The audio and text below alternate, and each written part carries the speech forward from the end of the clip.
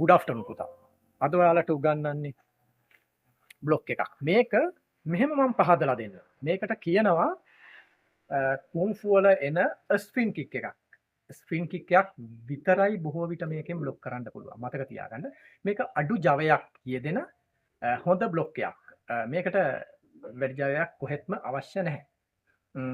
මේකෙදි නම් දෙක කියනවා නම් මේකට අපි යූස් කරනවා palm lower block නැත්නම් open hand down block කියලා කියනවා.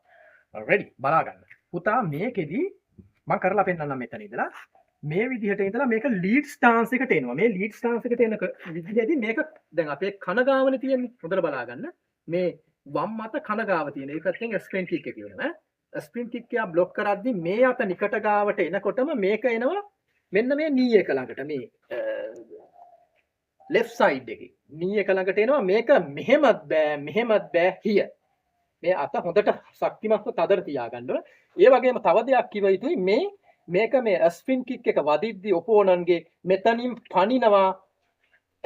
මේක හරියට තද කරගත්තේ නැත්නම් ඒ වගේම මේ වැලමිට චුට්ටක් නමා ගන්න ඕන. චුට්ටක්. මේක හොඳට ශක්තිමත්ව තියාගන්න ඕන හිය. මේක තමයි බ්ලොක් එක. මේක මෙතන මේ knee එක ළඟ අත තියෙන්න ඕන. ඒ පැත්ත හොඳට බලන්න තදට බ්ලොක් කරන්න. right okay